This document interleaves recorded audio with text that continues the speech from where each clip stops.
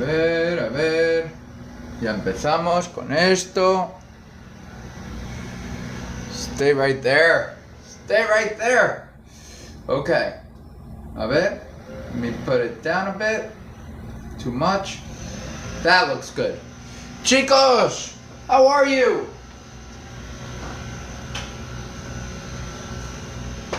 Buenos días, chavales. Buenos días. ¿Cómo estáis? How's everybody doing? ¡Feliz miércoles! Katia, ¿cómo estás? ¿Qué tal todo?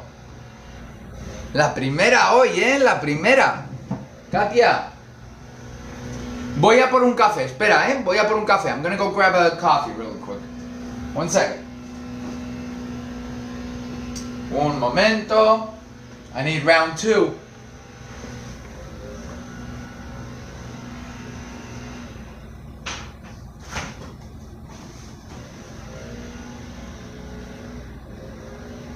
Un segundo, chicos.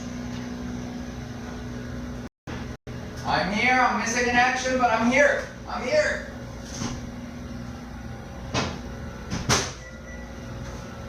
I'm just warming up the milk. Sí, tengo un café también. Bien, así. Ya somos dos. Ya somos dos. Bueno, chicos, what did we learn yesterday? Yesterday we learned about demonstratives. So, no, sorry, not demonstratives, pronouns. So today, we could learn, I don't know about, we did reflexive earlier. Definite and indefinite, preterite versus imperfect. We could do preterite versus imperfect. Marimar, ¿cómo estás? ¿Qué tal? ¿Qué te cuentas? ¿Qué tal tu día? We could do preterite versus imperfect today. Practicarlo un poco. El pretérito y el imperfecto. ¿Qué os parece? Voy a por el café. Voy a por el café.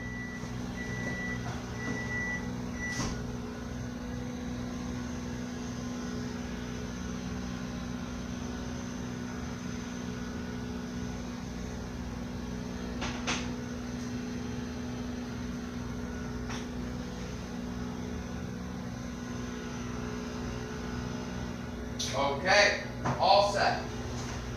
All set, ladies and gentlemen.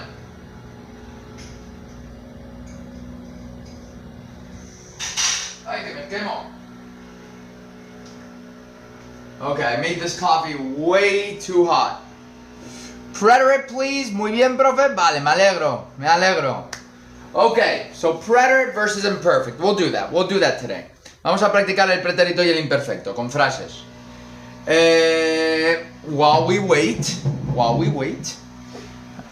vamos a sentarnos un poquito y hablar. A ver, contadme, chicos. Tell me a little bit. In Spanish, tell me what you did today. Use the present tense. Giovis, hey, ¿cómo estás? ¿Qué tal todo? Long time no see, Giovis.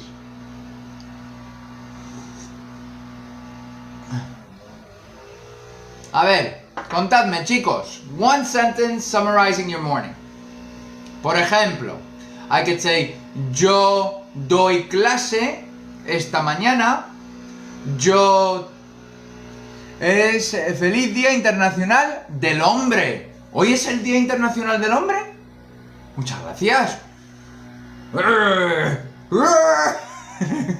El hombre. Hago café y llevo pantalones. Muy bien, muy bien. I made coffee and I'm wearing pants. Excellent. Hoy yo hablo con mis clientes. Muy bien. Así que has hablado con tus clientes. Fenomenal. Estoy trabajando un poco ahora en casa. Perfecto, Amanda. Muy bien. Hoy estoy relajando. Close, Corina. Hoy me estoy relajando. Because relajarse is reflexive. So you have to put the se. Hoy, sorry, you would have to put the me because it's you who's doing the action. Hoy me estoy relajando. Me levanté y llevé a mis hijos a la escuela. Muy bien, René, muy bien escrito. Muy bien escrito. You're just missing accent marks, right? Me levanté y llevé a mis hijos a la escuela. Excellent job, guys. Very well written. Hoy me, M-E, not M-I, me estoy relajando. Very close, very close. Pues yo después tengo que ir al dentista, which I love. The moment the dentist looks at my teeth, he goes, "Do you drink coffee?" I'm like, yes. Listen, I don't have the pearly whites. I have the pearly off-white because of my coffee. I'm sorry. I did not buy the TikTok shop toothpaste. I need to buy it. You need to buy it. We all need to buy it. How do we say that in Spanish? Tengo que comprarlo. Tienes que comprarlo. Tenemos que comprarlo. And actually it would be la, because it's la pasta de dientes, we would say.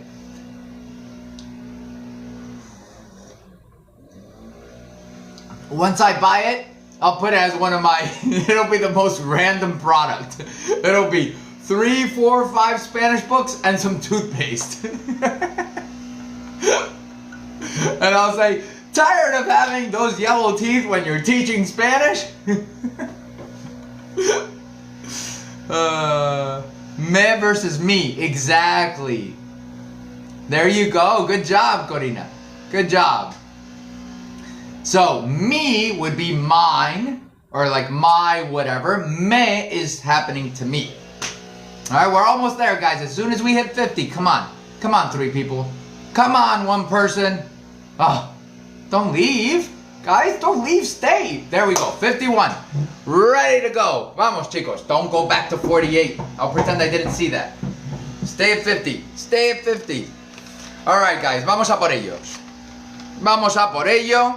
What are we going to learn? We're going to learn the difference between pretérito, y or imperfecto. Pretérito e imperfecto. Why am I writing an Isn't it I?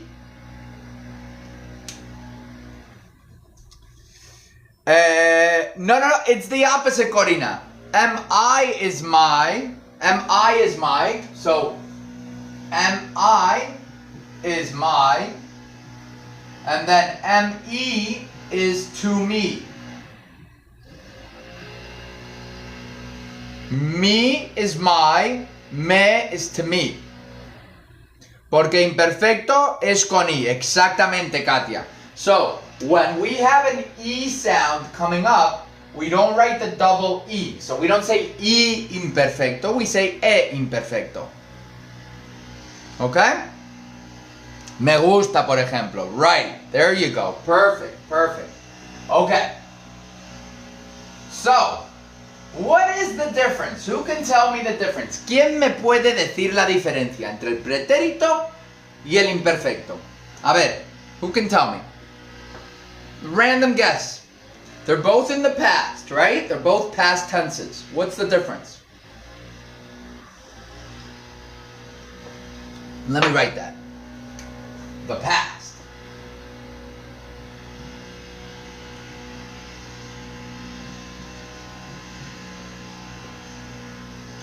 The imperfect is ongoing. Ben, you're not wrong. The imperfect refers to repeated actions. Absolutely. I like that. Daniel, you got it. The preterite is finished. They're both finished. It's not enough to say they're finished because they're both finished. The imperfect doesn't have a definite ending. I love that. Amanda nailed it. Uno perfecto y otro imperfecto. Right. One's perfect, meaning the preterite, and one's imperfect. Exactly, Letty. Muy bien. Imperfect is ongoing past. Exactly. Okay. So from everything I gathered, one said that this has an indefinite or not defined ending, right? And if it's not defined, what does that mean? As an extension, it's ongoing in the past. Right? In the past. Somebody said a repeated action, right? It's repeated. Repeated action in the past.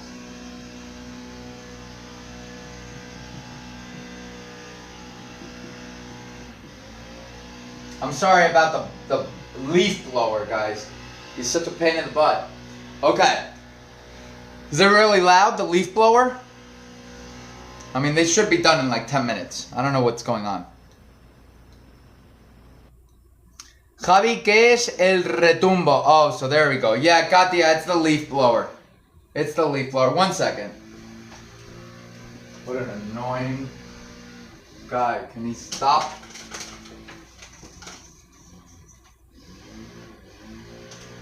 Jeez, what an annoying person. Honestly. Alright, they're done. I think they're done. Okay, is it better now? Now it's super quiet. Okay? I told him to stop. No, I didn't. He just stopped. Okay. Pretérito. Pretérito is one-time event.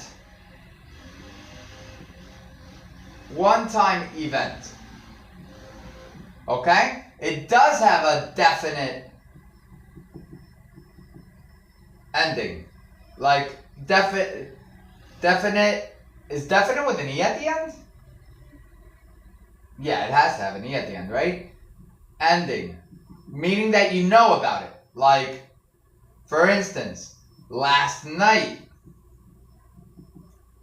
Right? Or yesterday.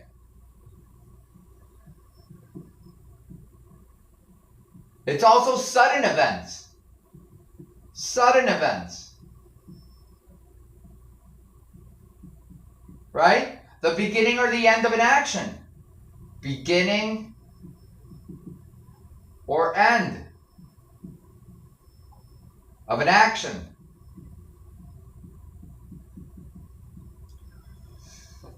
Okay? So what are we noticing? That we have an established moment in time when this happened. This does not. This is used when we are describing things in the past.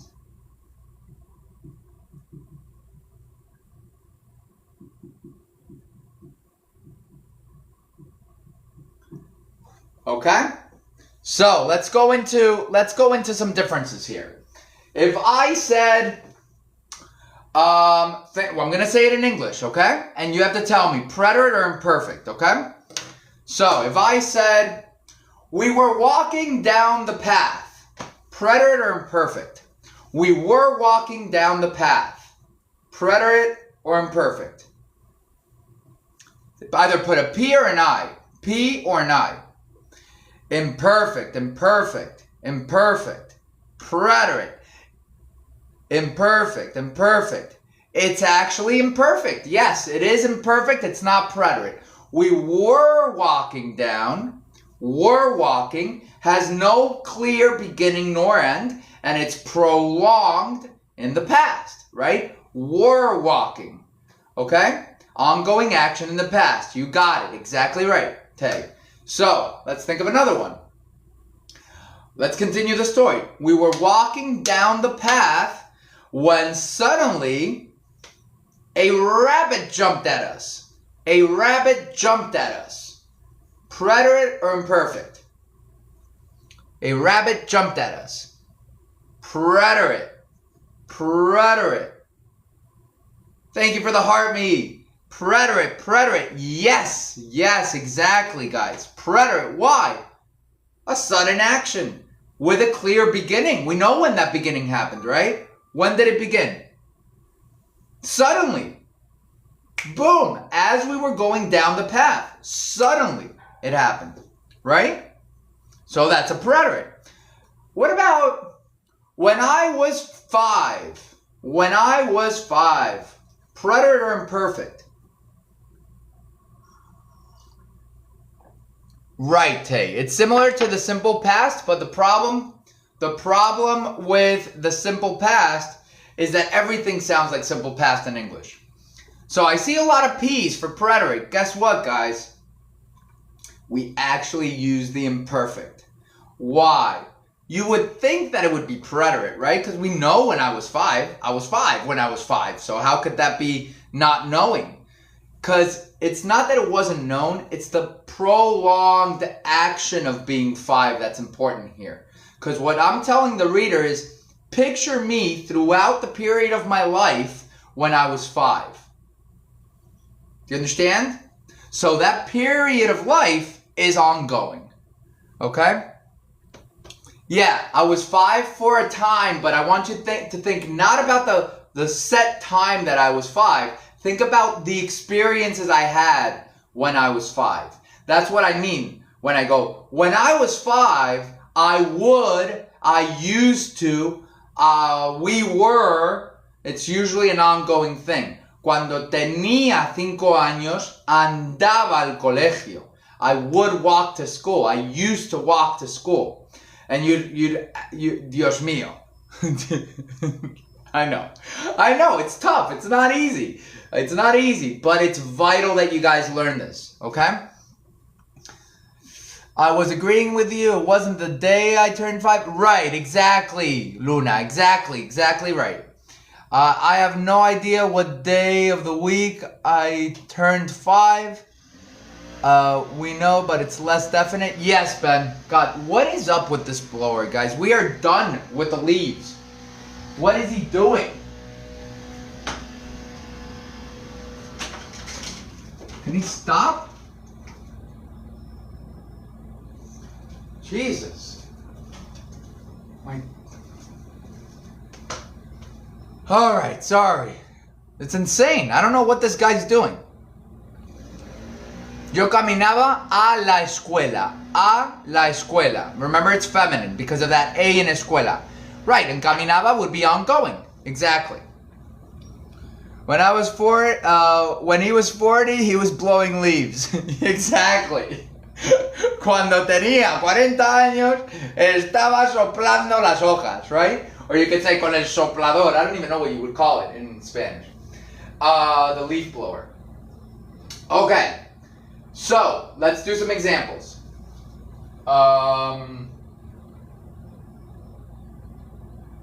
Okay, this is another one.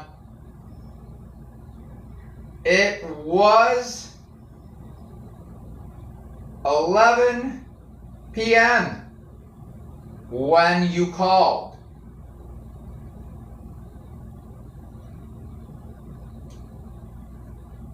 It was 11 p.m. when you called. All right, let's translate it. I don't know why there's this like downward tilt on all of my notes today. You're absolutely right. There is a preterite quality. What is the preterite one, though? Luke, you're not off. I like the way you're thinking. I like the way you're thinking with that first conjugation, but you're using the wrong verb. Called is in the preterite. Absolutely elegant. Called is in the preterite. Fue las 11 cuando llamaste. Amanda, you are the closest so far to the right answer. So, it was 11. I was 5. When I was 5, it was 11. Does that mean it was 11 on the dot? Yes, but guess what? 11 on the dot doesn't exist because 11 on the dot is throughout time. There's 60 seconds in a minute. Even if you narrow it down to seconds, there's what? Nanoseconds, right? It's always, you can always figure out the duration of something as being prolonged when you reference time. It's really weird. I know it's really weird. I know it doesn't make sense, but I want you guys to make sense of it somehow because that's how we use it. Okay? So, time, when referred to in the past, is always prolonged. It's always prolonged. Just like our age is always prolonged. Okay? So, it was 11. Eran, which is an irregular conjugation of said in the imperfect. And then, the 11 hours. If it's referring to the 11 hours, what's the gender of the word horas? And what's the plurality of horas?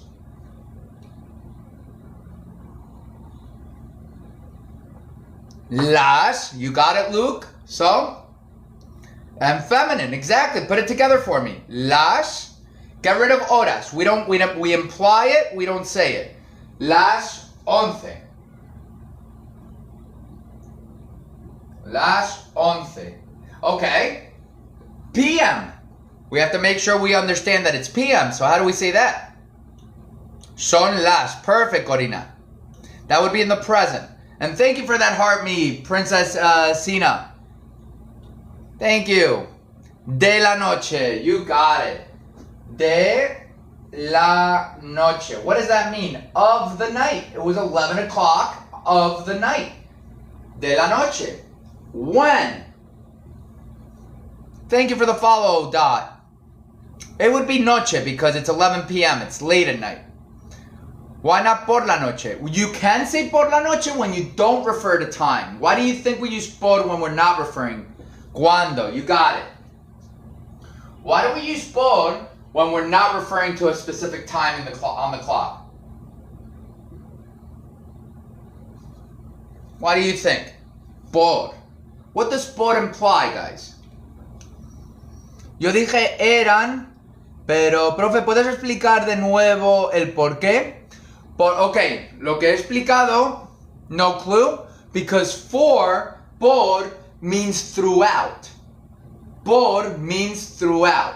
So think of por as being the way you get to somewhere. You go through places, you go throughout time. So if I don't mention a specific time on the clock, it means through the evening, through the night, through the morning. You get it? Por la mañana, por la tarde, por la noche. Namaste. Namaste. Okay. All right, got it. Okay, back to Marimar's question about why is it eran. We use era with time referred to in the past because I want you to think about it, Marimar, as regardless of what time span I'm talking about, there's always a way to go in that time frame and make it last long, right? A minute is 60 seconds. A second is 60 nanoseconds, or God knows, or 100 nanoseconds. I don't even know how many it is. But we always can go deeper into the time frame and make it have a duration, right? Y como dura el tiempo prolongado, we use eran. We use the imperfect. Yo hablé inglés y español y me confundí. Nos pasa a todos, Margaret. Nos pasa a todos. Well, no, it is era. Dericat, it is era if it's 1 o'clock. We're still following the rule of time, which says es la una, son las dos, all the way up to 12. But we have to do it in the past, right? Todo claro, muchas gracias, profe. De nada, Marimar. Así te acuerdas de que siempre es el imperfecto, okay? When you called me, it was 11 p.m. Right, exactly. It was 11 p.m. when you called, or when you called me. If you wanted to say when you called me, then eran las 11 de la noche cuando me llamaste, right? But we're not saying you called me, we're just saying you called. So it would be cuando llamaste, which sounds like namaste, right? Llamaste.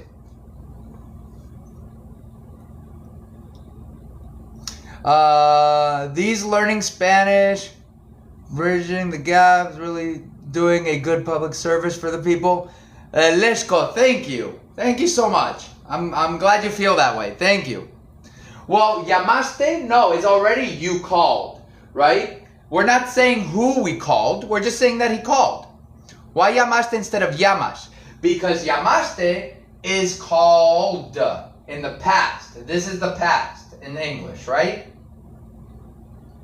That ed means it's in the past. So if it's in the past, we have to say llamaste because that's our preterite past tense conjugation. La verdad es que sí, Marimar. Ha sido precioso. Thank you for that comment, Brandon, honestly. That means the world to me. Really. Thank you. Thank you. Okay. And thank you for those goats. I'm 7, just 8. I'm 7 just 8 with 11 goats? 12 goats? Thank you, man. Thank you so much. I'm 7 just 8 human to leave me be. Holy moly. I'm gonna call you I'm 7. Thank you guys for the follows. Alright, let's do another one.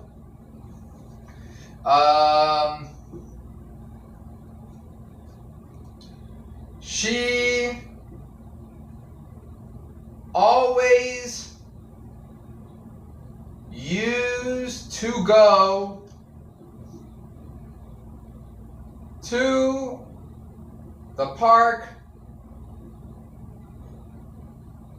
at night.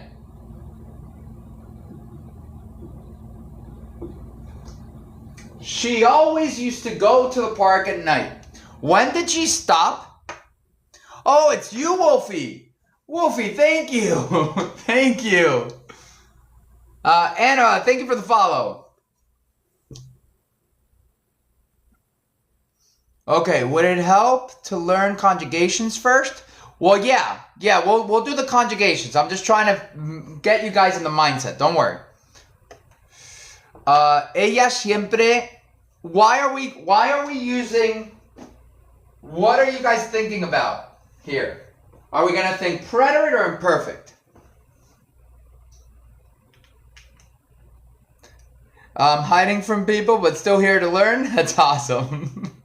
Imperfect, right? We have to think that always is giving us our little hint that used to go is actually one thing, and it's just id in the imperfect. Okay?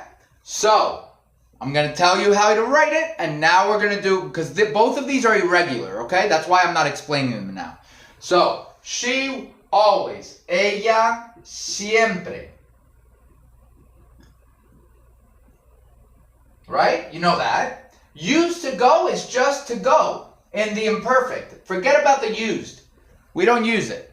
Iba. Exactly. Okay? Iba. Don't worry about this conjugation. It's irregular. Don't worry about this conjugation. It's also irregular. We'll look at it later. Ella siempre iba. To the park. We should know how to do that. Al parque. Right? How do we say at night? Why did Amanda put por la noche? Wolfie says a la parque. Parque is masculine, so we have to say al parque. En la noche, por la noche. Well, guess what, guys? You could say both. You could say en la noche or you could say por la noche. We're not specifying a specific time. You got it, Danielle. So, in Latin America, I hear a lot of en la noche. In Spain, on the other hand, we say por la noche. En la noche or por la noche. Okay? Right, Sofia. Perfect. And Gabriela, thank you for the follow. Okay, so take a screenshot here, guys. Let's do conjugations. Let's do our regular conjugations. Por la noche is easier to say. In my opinion, it is. En la noche is a little more of a tongue twister.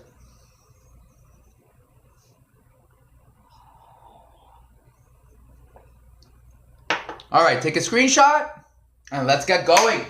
Vamos a ver. Thank goodness there's no more grass cutting or whatever the heck they were doing. All right, let's keep these definitions up here. ¿En la noche se dice en Latinoamérica? Yo creo que sí. Creo que sí, Marimar. Latin Americans, please confirm. Chicos, si sois de otros países latinoamericanos, decidme si se dice en la noche o por la noche. I love myself. Thank you for the follow. Well, you also love this channel because you just followed, right? Not only yourself, you love the channel too. That's two things you love now. All right. Ambas? Okay, King. Good to know. En la noche en Latinoamérica. Vale, gracias. En Cuba es por la noche. Coco, Cuba va a tener muchas cosas parecidas a España porque estuvimos juntos muchísimo tiempo. Entonces la forma de hablar va a ser muy parecida a la forma de España. Vamos a usar muchas expresiones iguales. Así que notarás que muchas de las cosas que digo también se utilizan en Cuba. Okay, let's do it. So, let's start with the hard one, the preterite. AR verbs. What is our anchor verb when we're thinking AR verbs? Llegando la noche. Llegando la noche es cuando se aproxima la noche, ¿no?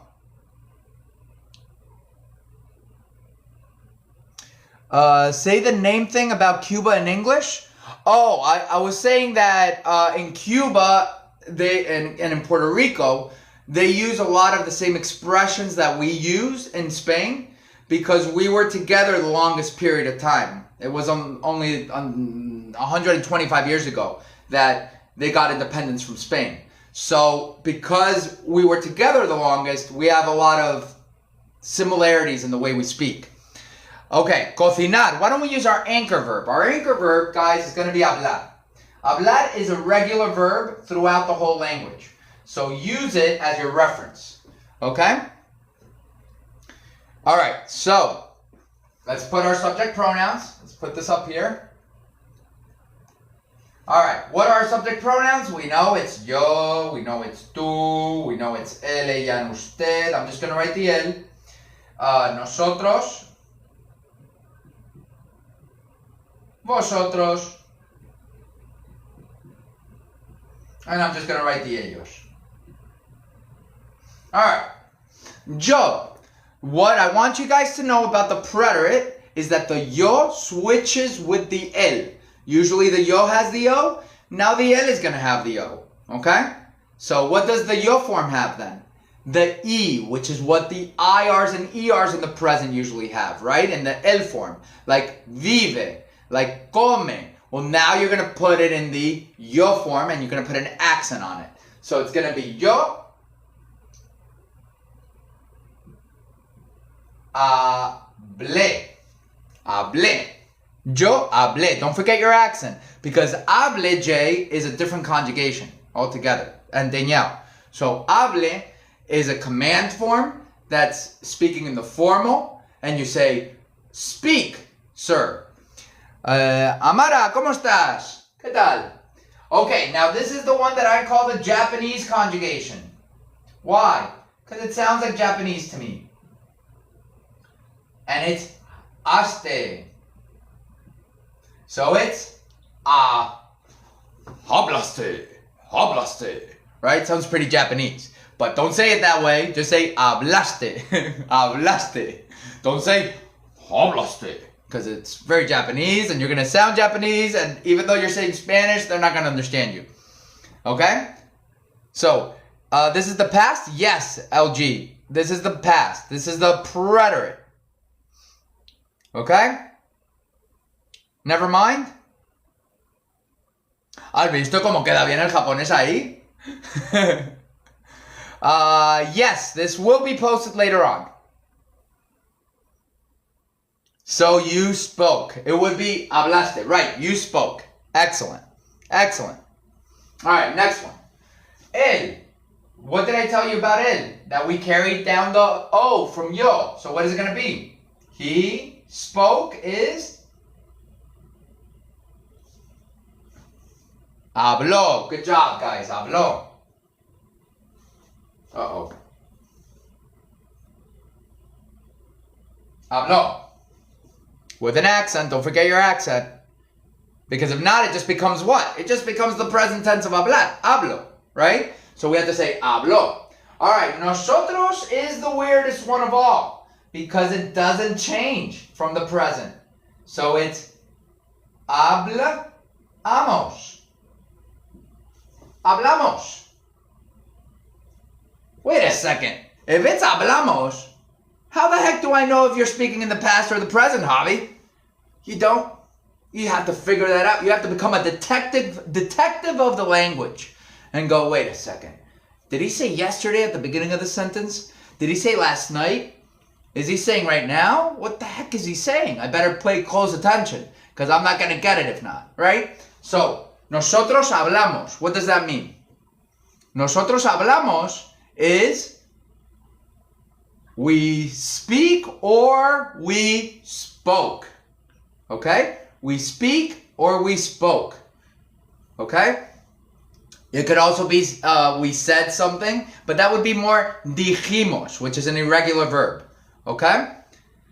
Hablamos as a question mark would be should we talk?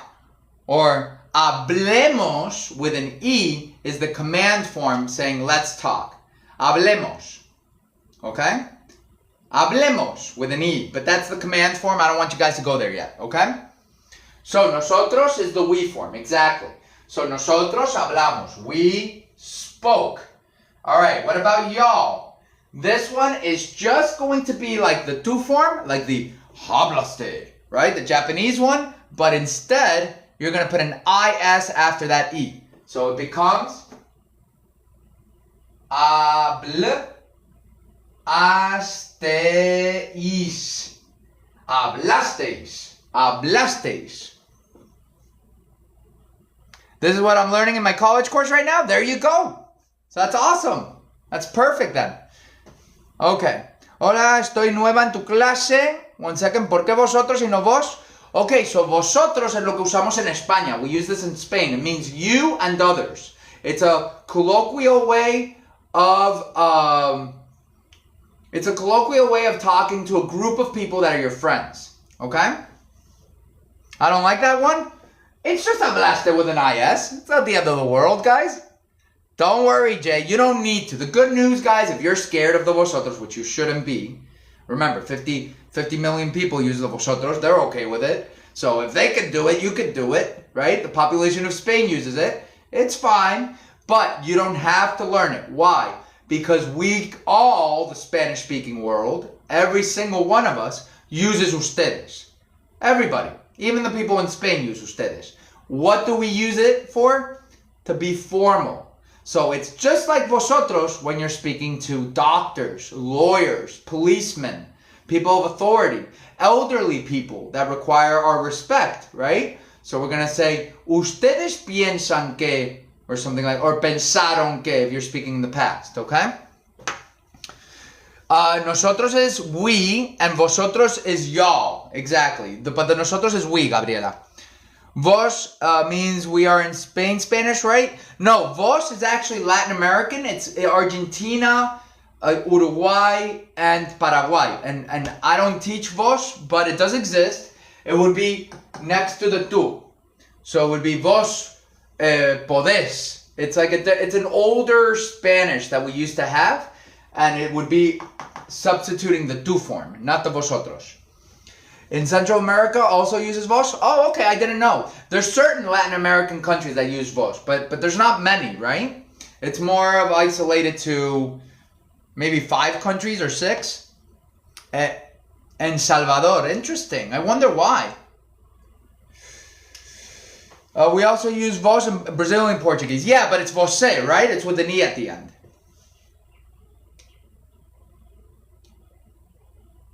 No veo a mucha gente aquí en España usando usted. Karim, pues porque no están hablando formalmente, pero antiguamente, y se debería hablar formalmente cuando estamos hablando con personas mayores que nosotros, gente desconocida, etc. You're supposed to use it. Now, are we using it? Unfortunately not. We're losing that quality, and I think it's a negative. I think showing respect is a wonderful thing. It's embedded in the language. It exists for a reason. We should definitely use it. But that's my own point of view. Good morning. How are you doing this morning? I'm doing very well, Roger. Thank you for asking. All right. Here we go. Next. Ellos hablaron. So what are you noticing? It's just like hablan, but you're adding the RO. Okay? ¿Por qué no es hablaron? Raquel, es hablaron el ellos, no el vosotros. Because we're talking about they. They spoke. Hablaron. It's just like hablan in the present, but you're adding the RO. That's how you can associate it. Okay? Just like hablan, but put that RO. Hablaron. Jules, thank you for the follow. I appreciate it. Okay, you got it? Let's do IRs and ERs now.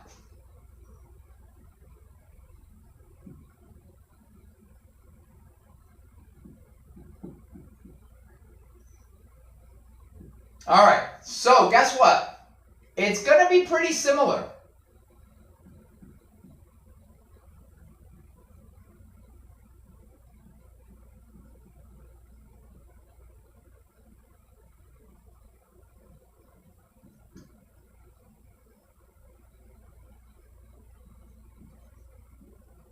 All right, I'm going to put the ustedes here and the usted so you see it. Right, exactly. Hablaron can be used for the ustedes because remember, it's ellos, ellas, or ustedes. All three of these use this guy. Okay? Vivir, yeah, vivir is your anchor verb. That's perfect. So we could use vivir or comer, whichever one you want. It doesn't matter because ERs and IRs have the same ending. So vivir. So if we used an E for the AR, we're going to use, this is what I call the revenge. The revenge of the IR verbs. Why? Why is it the revenge of the IR verbs? Because all conjugations of the preterite in the IRs are always going to have an I at the end of it. We're always going to have I's. So you could actually just write it already. You're going to have I's throughout the whole thing. Okay? Go ahead and write it. It's going to be there. See? Revenge of the IR verbs. Alright? So where are they going to be? Yo viví. Yo viví. Tú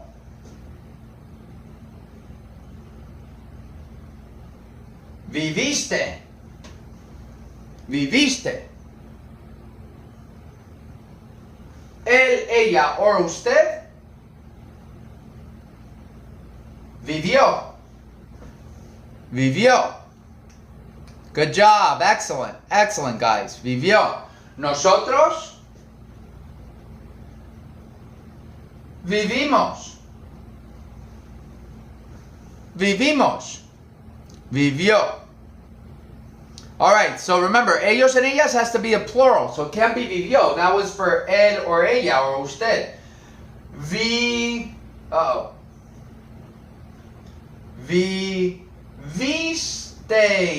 Just like viviste with the is at the end, right? Vivisteis. And what about ustedes? We're going to do a combo with the RO. So, vivieron. Vivieron. Excellent, guys. Great job. So what did you notice? It's the revenge of the IR verbs. And it doesn't matter if it's an IR verb. It doesn't matter if it's an ER verb. It's always going to have those I's in place, okay? Always put down those I's. It's going to help you out tremendously on tests, on papers, because you don't have to think. You just have to go, oh, that's I's. I need to think of my I endings, right? Like that. Vivieron, vivieron. Barat, how are you? ¿Cómo estás? Okay, guys, so this is the regular preterite tense. Take a screenshot for me, and let's practice it. Marcos, ¿cómo estás, amigo? ¿Qué te cuentas?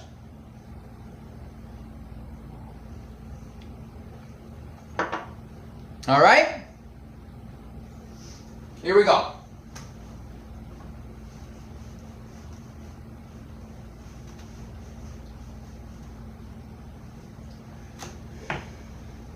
Let's do this.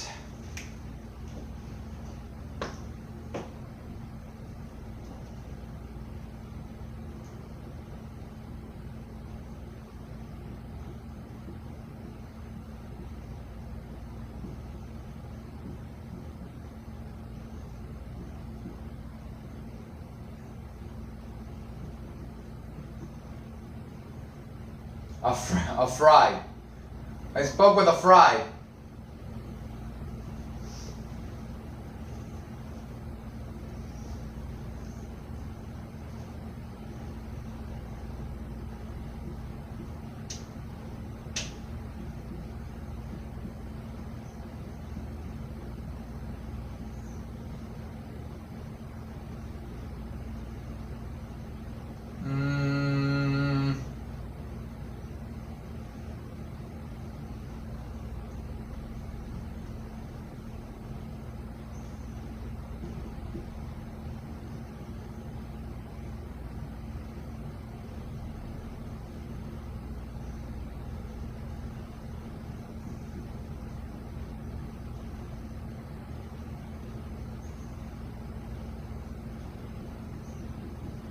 All right.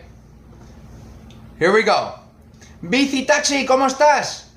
Okay, we're going to use the preterite on this. Why are we going to use the preterite? Fabio, thank you for the follow. Yo hablé con un amigo primero.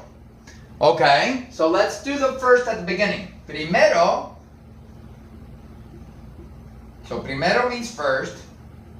And now, I spoke. Right, there's definite ends. This is called the sequence of events. When you have a sequence of events, you're going to go preterite, preterite, preterite, preterite. Because you know when you began doing it. Yo estoy aquí bien, enseñando un poco de pretérito imperfecto. Hablé. Right. Primero, hablé. I spoke. Do we need the yo? No. Because hablé can only mean I spoke. Con un amigo. Excellent. With, con un amigo. Comma. Took out the trash. What are we going to use for taking out the trash?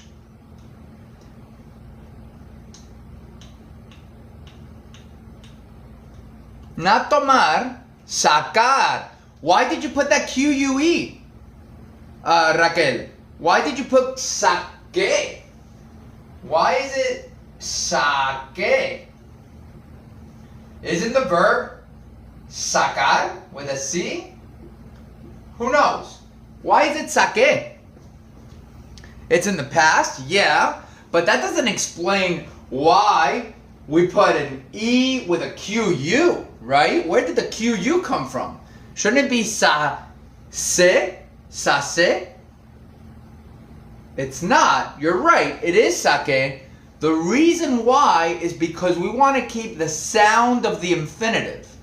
The sound of the infinitive. So say the infinitive out loud to yourself. Sacar. Sacar. Right? Ka. Ka. How do we make that hard K sound in Spanish with an E? We can't, right? If we just put an E, it's sase. Sase. Or sace in Spain. Sace. So, when we have that, that's called an orthographic change. Alright? You need to be making YouTube videos so that you can keep getting paid while you do lives. I am making YouTube videos. I mean, these are going to go on the YouTube. Yeah, I know. But I just don't have enough hours in the day. Quite frankly. I wish I did. Okay, so that's called an orthographic change because what are we doing? Imitating the sound of the infinitive. Saque. Que. How do you spell que? Q-U-E. Okay? So, saque. Then the trash is la basura. Basura. Okay, this is the preterite. Saque. Absurda. Bueno, la basura puede ser absurda. It can be absurd. Alright. Is that the same thing as a stem changer? No, it's not. It's a different kind of grammatical thing. A stem changer changes the actual stem without the spelling. Escribí. Okay. Wrote. Escribí. Good job. Escribí. An email is just un email. You could say un correo electrónico. That's a word from the 90s, but nobody says that anymore. Un email. So we're going to say email, but we're going to pronounce it in Spanish. And we're going to write it in English. So email. Email. So it would be like saying Email. That's how you're saying it. Email. Okay?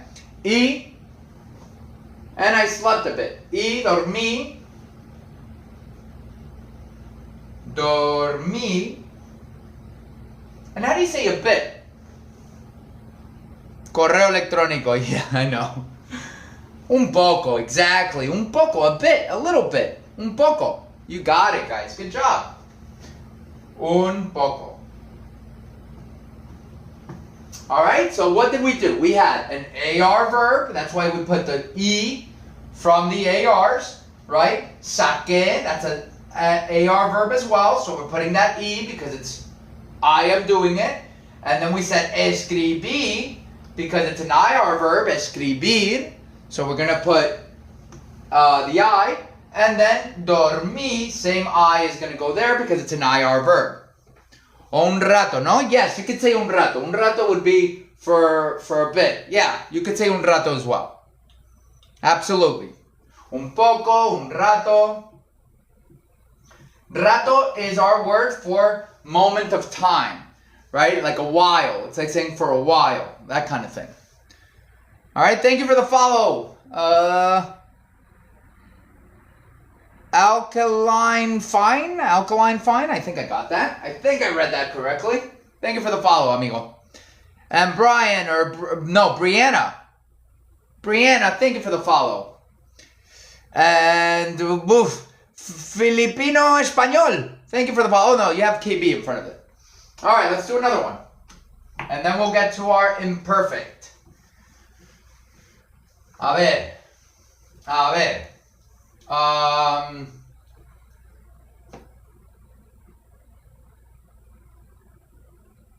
I.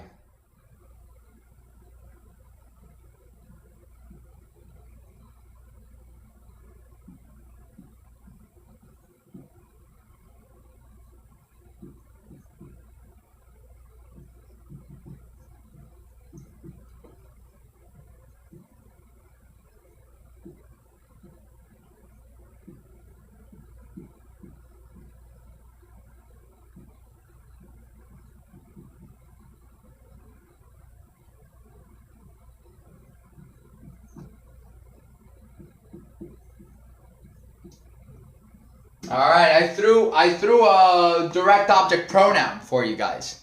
Let's see how you do. I just moved to San Antonio, so I appreciate this. My pleasure, my pleasure.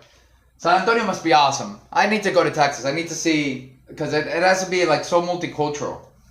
Leí un libro anoche. Leo would be okay if we were in the present, but we're doing the past, okay? So I read is going to be leer, from leer, and revenge of the IR verbs, leí. Okay? Anoche leí. Right, or you could say, leí un libro anoche. That's fine too. Okay? Yo leí. Perfect. A book. Un, because we're using our indefinite article. Libro. When? Last night is anoche. Do not think that this word means tonight. It doesn't mean tonight. Okay? It means last night. Leí un libro anoche y miré una película. So, we can say mirar. In Spain, we say ver. We use a different verb. We use ver. Tell me, any Latin Americans in the chat, do you guys use mirar or do you use ver? Right. I would say vi. But miré is also correct if mirar is what's being used. Y miré una película sobre lo también. Okay, close. Ver in Latin America. Okay, Raquel says ambos, Coco. Okay, so both. If both are being used, that's fine. Ver para mí en El Salvador. Genial, Cami. Okay, ver en España también. Leí un libro anoche y... Let's put vi. Do we need an accent? Una película, right? A movie is película. About is sobre, and it's a preposition. Vi una película sobre lo. Okay, ready? Mirar in Puerto Rico. It's good to know. Good to know. So both. So let's put vi or mirar, right? Or mire. Both would be used. We do not need an accent because there's no other word in the Spanish language that is vi besides I saw. 1 second.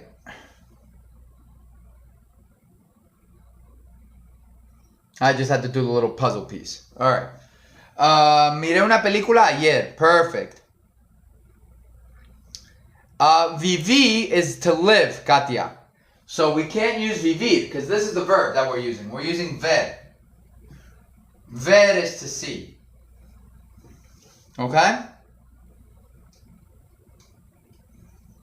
So it's a different verb, yeah. Sobre. Now, I saw a lot of los at the end, right? I saw a lot of los.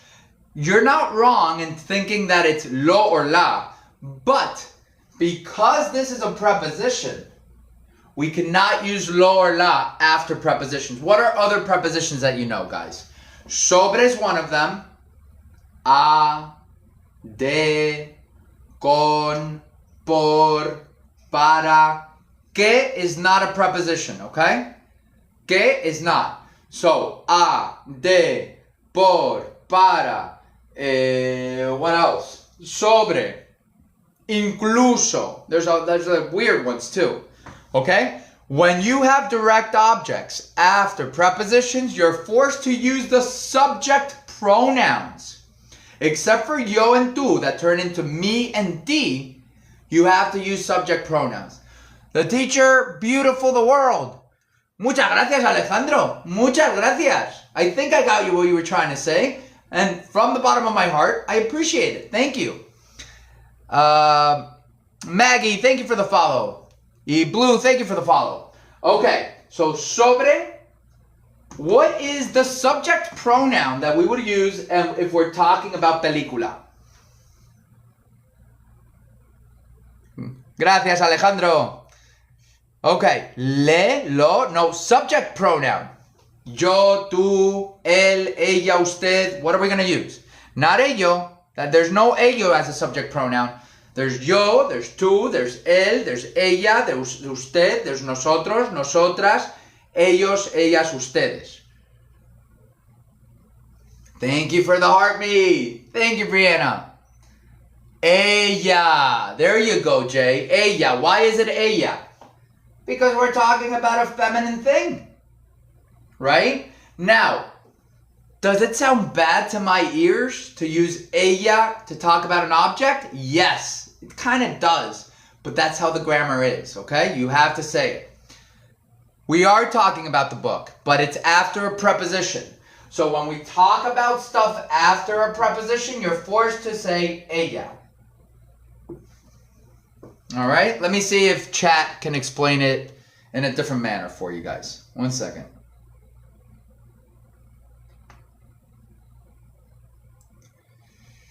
One second. I just got like 1,000 texts and it's driving me crazy. Right, movies feminine, right. Chat, listen, we are doing the past tense and we have encountered an object of preposition after the preposition sobre. So explain to the class why a preposition like sobre or like a or like de or like con use objects of prepositions that are identical to subject pronouns if we're talking about el downward, skipping yo and tú. Absolutely. Let's break it down for everyone. So when we talk about prepositions in Spanish, like sobre, a, de, o con, they need an object pronoun after them. And those object pronouns for third person and below, so for él, ella, usted, and down the line, look exactly the same as the subject pronouns. That's why you say sobre él, about him, or con ella, and it looks just like the subject form. In other words, from él downward, there's no special object form that changes. They just match up with the subject pronouns. It's only with yo and tú where you see a difference, because yo becomes me and tú becomes ti after a preposition. So that's the reasoning. Right, but what about objects? If we're talking about objects, those aren't people. Do we still have to use the subject pronouns if it's after a preposition if we're talking about objects? Yeah, great question. And you got it. Objects work the same way in Spanish. So if you're talking about things rather than people, like if you say sobre el libro, about the book, or con la silla, you're still using the same definite articles or the same forms you'd use as subjects. There's no special object pronoun form for inanimate objects. Basically, it all lines up the same way. So yeah, whether it's a person or an object, you just use that same structure. So we would say if we're talking about a book, right? If we're talking about a movie, vi una película sobre ella, meaning about the book. About the movie, right? Exactly, you've got it. So if you're talking about a movie and you want to say a movie about it, you would say una película sobre ella if you're treating the movie as feminine. Or if it were a masculine noun, sobre él. Basically, you're just matching the gender. Oh, wait a second. Thank you, chat. Yeah, your chat doesn't do that because my chat has 4 years of speaking to a teacher, right? So when you have 4 years of speaking to me, it understands that we're talking about grammar. It learned grammar, right? So now let's do this, guys. Ready? What is the subject? I made it smarter, yeah, and eventually it's gonna take over my job and everybody else's. So we're just slaves to the unavoidable, which is AI is gonna rule the world, unfortunately. But I like to use it in class so that you guys understand. You guys understand that we can use AI to help us learn without it telling us the answer, right? We just learned using AI by reiterating what I was trying to tell you in a different way, right? Thank you, LG. Thank you. I'm hoping people think that. I mean, humans don't only teach you what you're learning, right? We also learn how to interact with one another. And if we're interacting with machines 24/7, I don't know how well it's going to end up here for us, right? But anyways, we'll talk in 2 years and see where we are. We'll see. Anyways, back to this. What is the main subject in this sentence? I just realized something. What is the main thing happening in this sentence? It's not us. What is it? What is the main purpose of our sentence here?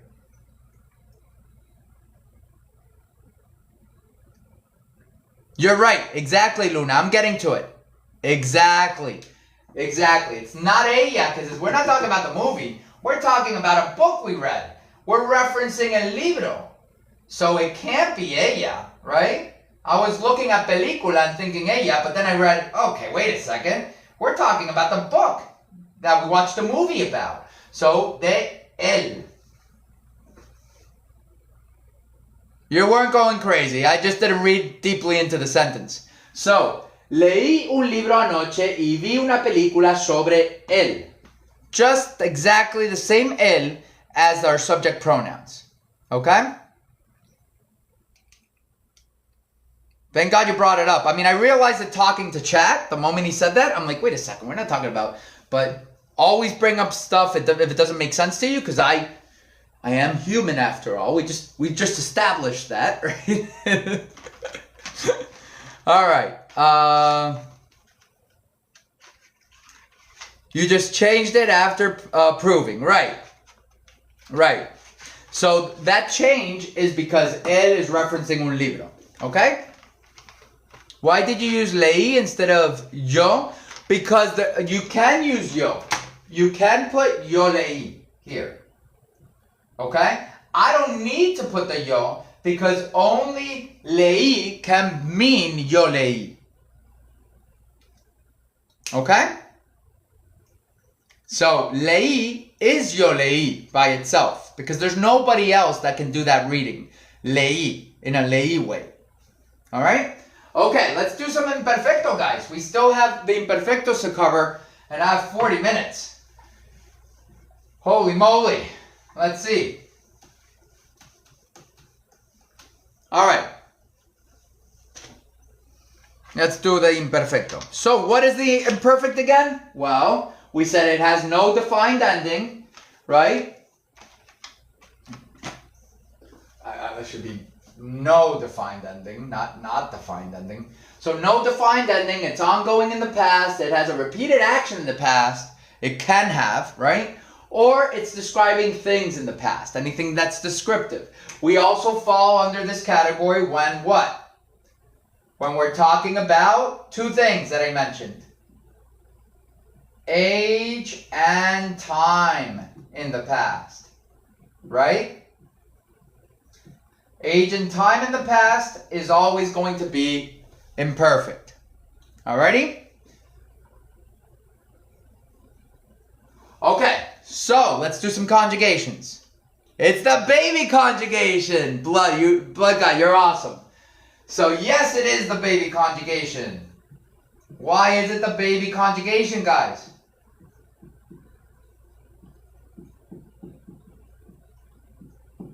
The baby conjugation. Because for ARs, we're going to sound like little newborns. ABs. See what I'm doing already? AR, I'm getting ahead of myself. ARs, we're going to sound like little babies. Because for hablar, we're going to drop the AR and we're going to do, yo, tú, él, ella, usted, nosotros, vosotros, ellos, ellas, ustedes. All right, let's do it. We're going to put, why baby conjugation? Ah, ba, ba, ba, ba. Ah, ba, ba, ba, ba. That's the A sound. We're going to sound like little babies. And we're going to go haba, haba after it, okay? So, yo hable plus haba. Yo hablaba. Yo hablaba. What do we usually add at the end of our to form, guys? What is that one letter that we usually have on all the to forms? At the end of them. Aba plus the S. S. Remember, we're just going to use as a reference our present tense here. So we have a, then we have s at the end. What about when we go to ella? What do? We drop the S, right? So what do we get? Hablaba. Just like we do in the present tense. Okay? You got it. Hablaba. Hablaba. Perfect. Butterfly, thank you for the follow.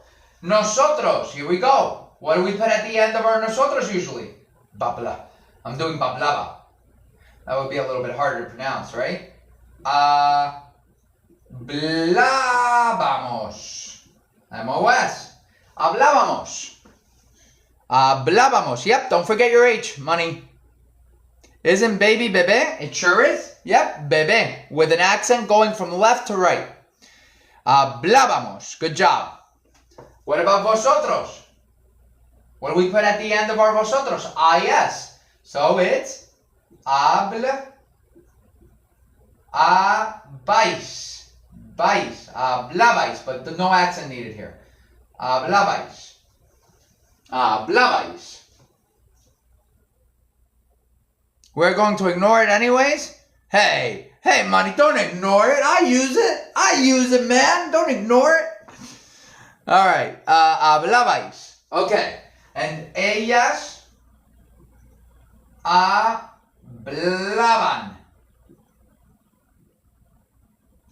Think about it this way. All the other Romance languages, Italian, French, Portuguese, Romanian, right? All have vosotros. They all have them. They all use it. So why not Spanish too? Especially if you're in Spain. If you're in Latin America, you have the perfect excuse because you use the ustedes. But if you're in Spain, use it. All the other Romance languages have it. Okay? Alright, so that's it. That's the AR. Let's go to ERIRs. Do you think we're still going to be in a baby conjugation? Do you think that Javi could come up with a way to link it to a baby conjugation? Of course. Even Italian. Yes, that's voi in Italian. Voi. VOI is vosotros. So, how can we remember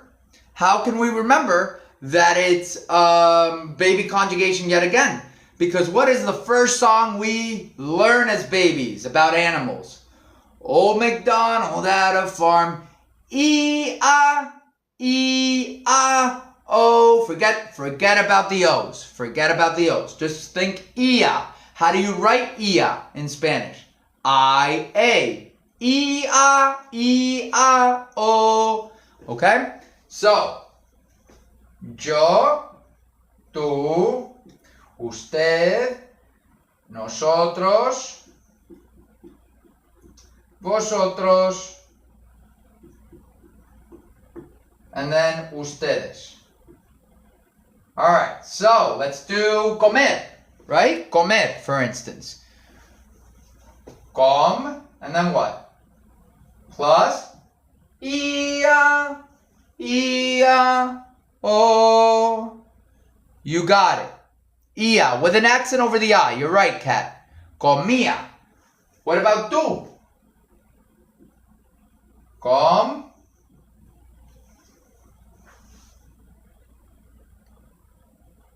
Com. Ias. Michaela, you got it. All right, usted. Com.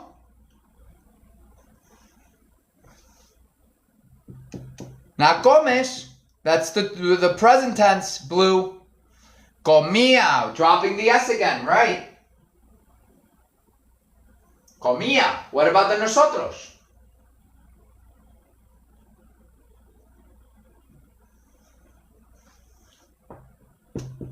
Comía. You got it, 3M. And now nosotros comíamos. Good job, Mark. Excellent, Michaela. Comíamos. M-O-S. Vosotros. Oh, I got ahead of myself. Comíais. Excellent, Amanda. Comíais. Okay? And last but not least, ustedes.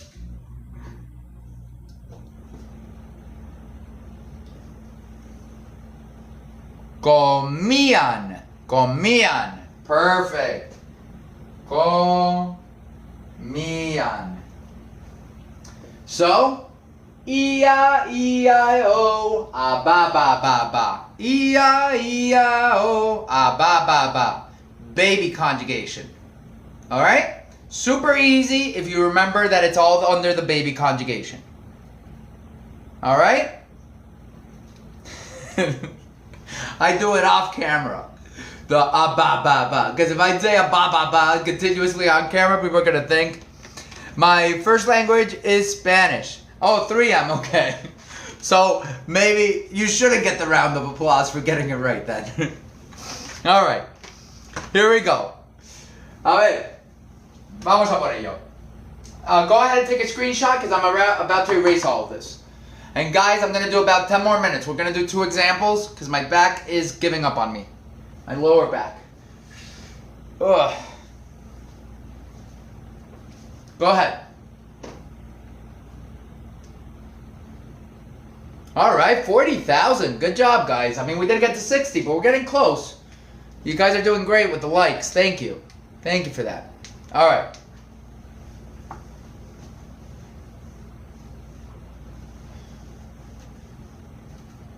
So remember, we're doing the baby conjugation. So anything that is descriptive in nature is always going to be imperfect, right? So,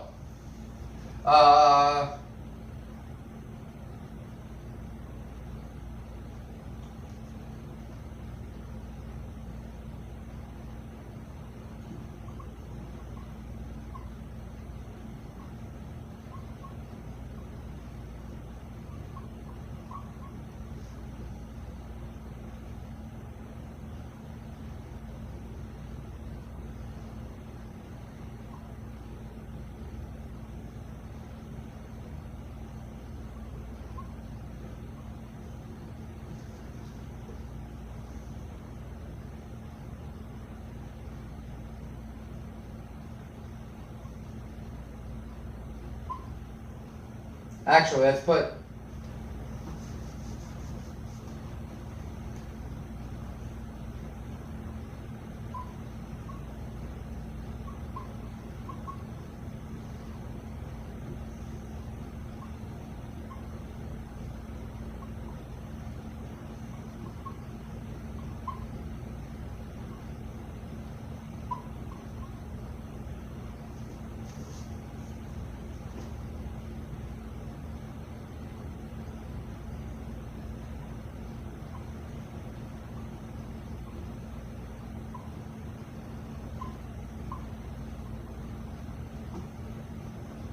All right. See? This is all what? I'm painting a picture. I'm storytelling, right? I'm telling you a little story. This is always going to be imperfect, guys. When you're painting that picture, make sure you think about imperfect. Los árboles en el bosque estaban grandes y fuertes. Okay, very close. Laughing, right. Sorry about that. Thank you. Oh my God. Sorry about that. What was I going to say? Not estar. Why are you not... I don't want you to use estar for were. Why? Why do you think we're using ser? For height and weight, you said? Yeah, it's a little broader than that. Right, it's not temporary. You're describing something as a permanent condition, right? It's permanent. Anytime you describe something, it's going to be a permanent description, okay? All right, so the trees in the forest were big and strong. Los árboles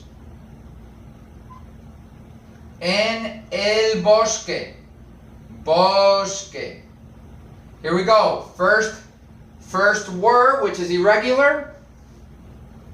Eran, right? Eran, because we're talking about them, the trees, they. Eran.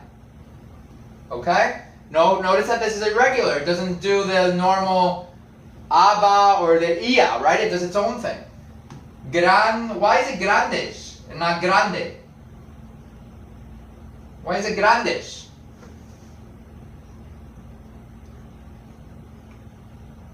Yeah, it's plural. We're talking about árboles, guys. Don't forget, even though this adjective is really far away from it, we have to remember to link it up, right?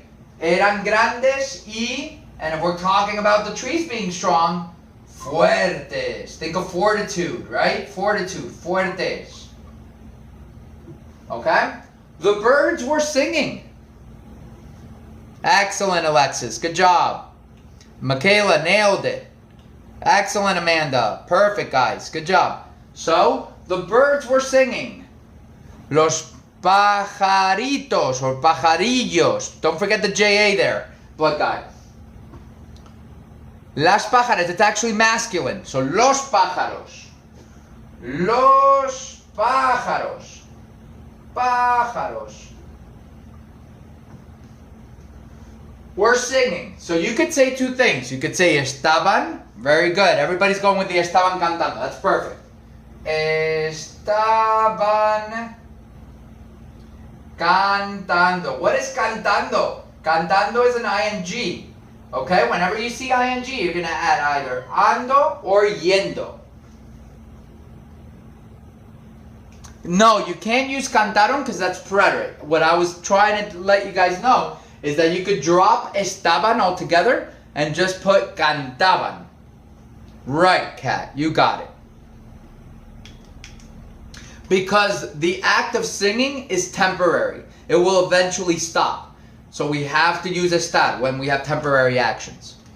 Right, los pajarillos o los pájaros estaban cantando. Cantando.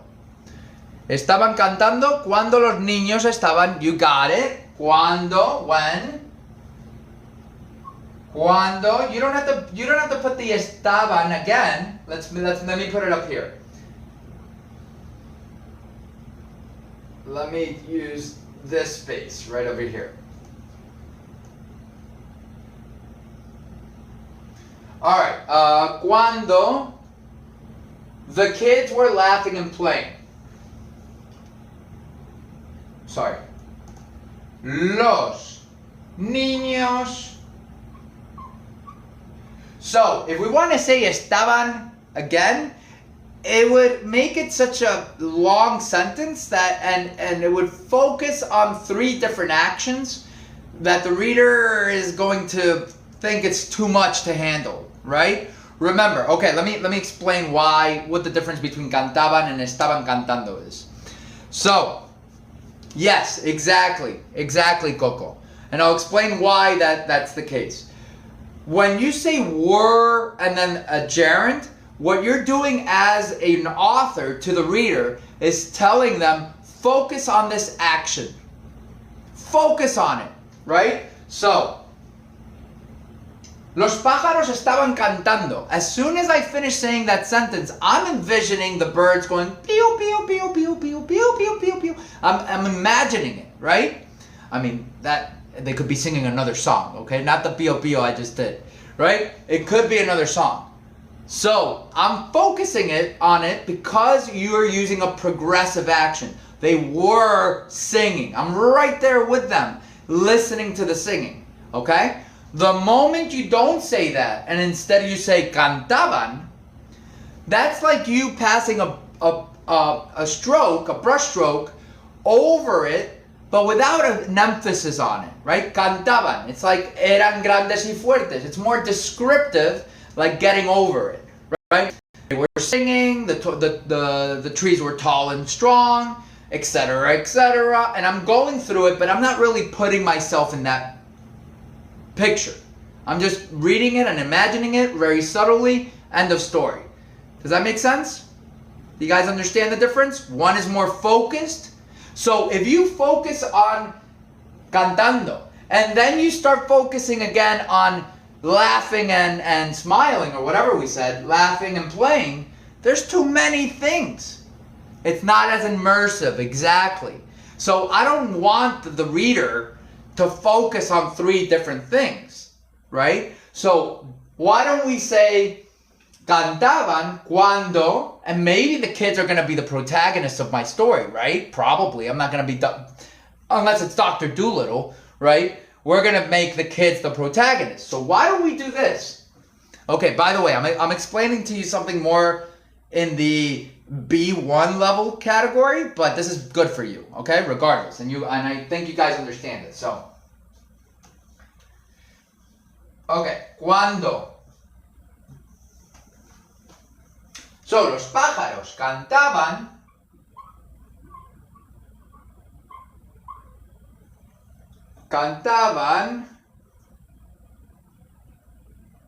as.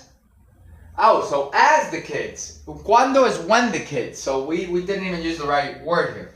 It's as the kids is mientras, which is like while the kids. Mientras. Mientras is like while, right? Because cuando is kind of isolating it. It's saying when the kids were doing this. No, just mientras. Mientras means while, which is the same thing as as. It's a continuation, right? So just use mientras. Mientras los niños, now let's put emphasis on their actions. Estaban riendo y, what were they doing? Y jugando.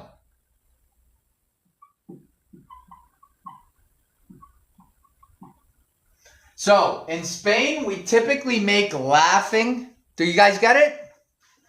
Do you guys understand this last part?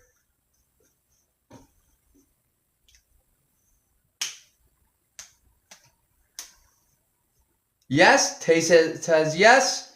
Money says yes. Riendo, perfect. Okay. Got it? Awesome. So we're putting more emphasis on these actions because, sort of, Kayla? Yes. Indigo, how are you? No entiendo.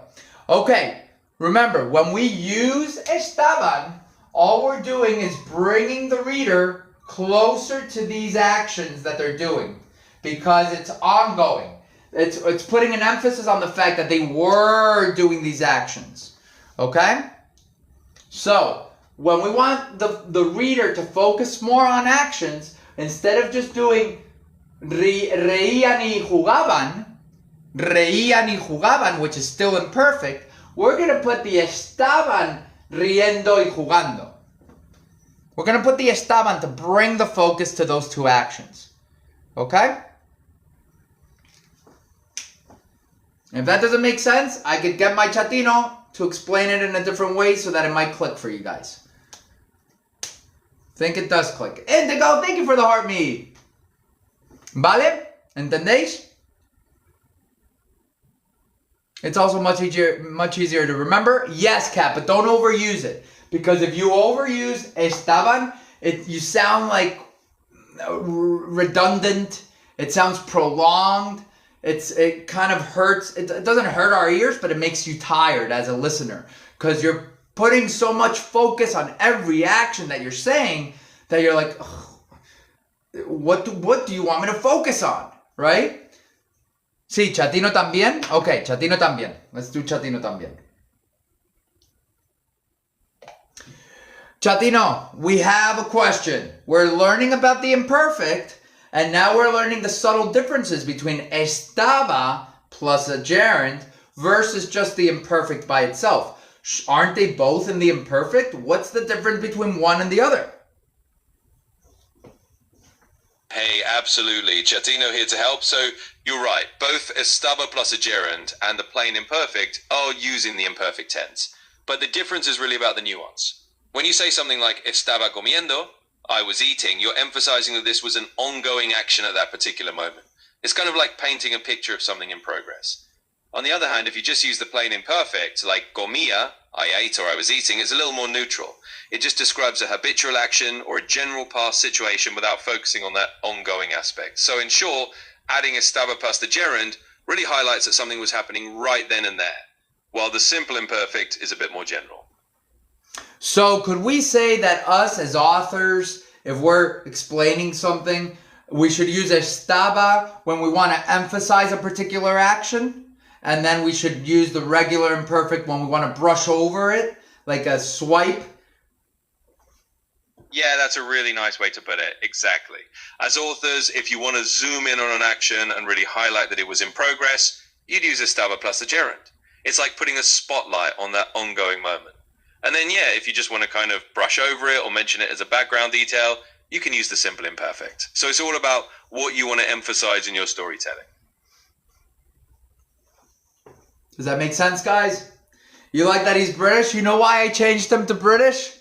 Because he speaks Spanish with a Spanish accent more often than if I leave him with an American accent. Which makes sense, right? Because Americans speaking Spanish are going to sound more Latin, and British people speaking Spanish are going to sound more Spanish. So it's funny how they linked that in the algorithm. It's pretty interesting that they did that. Okay, guys, so that makes more sense now, right? Thank you for the heart me. I know, Jay. It's funny, and at the same time, it's pretty scary because it's kind of accurate. Y es cantaban porque no enfocamos en la acción. Right, cantaban is not really a focus on the bird's action. It's just like a brushing over, just like the trees being tall and strong. We're brushing it over. We're like, yeah, they were big and strong, those trees, and there were birds singing. But the important thing is while the kids were laughing and playing, because we're going to focus on those kids. Okay? All right, chicos. We'll do one more. I'm not going to leave you hanging. Okay, one more. Setting the stage for a plot. Okay, now let's actually do setting the stage. Let's do the finale, which is going to be setting the stage. Here we go. And for the final boss, let's do a combo. A combo, guys. Okay, so we're going to do a combo. All stained in red is going to be the combo. We're going to do something called setting the stage, believe it or not. And it's going to involve a combo. So, let's do it. I need to cook and eat? Yeah. You and me both, buddy. You and me both. And I have a class in no time. So, we're almost at 60. Oh, you guys are awesome. Wow. Wow, in like 10 minutes you did that. Thank you, guys. Treasy, ¿cómo estás? All right, here we go. Let's do it really quick. So,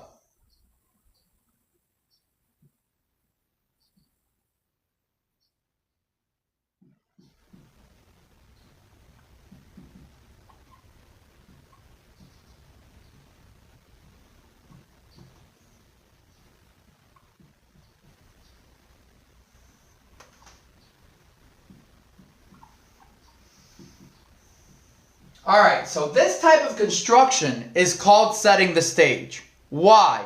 Because we have this setting of the stage that is always going to get interrupted by an action. So, who can tell me what the imperfect part is, and who can tell me what the preterite part is?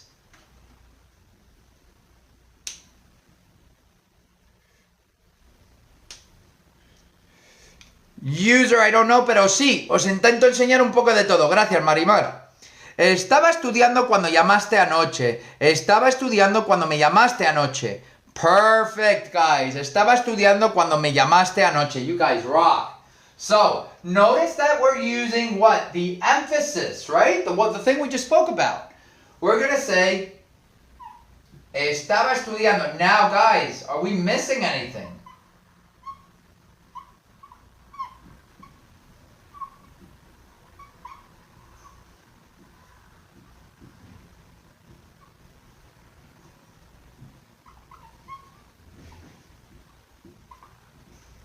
One second. Are we missing anything? Yo, good job. Why are we missing yo? Why are we missing the yo here? Right, it was a sudden event, Kat. Exactly, that's explained perfectly. The sudden event of calling interrupted the studying. Because it could be ella or usted as well, Michaela. Excellent. Right, notice that estaba, guys, is él estaba, it's ella estaba, it's usted estaba, and it's also yo estaba. So when you're speaking in the imperfect, it's very important that you put that subject pronoun.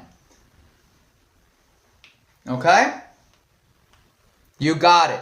You got it, guys. So this is a perfect example of what? Of using the imperfect plus the progressive to emphasize that we were studying, and then also we get the preterite interruption, right? Of me llamaste.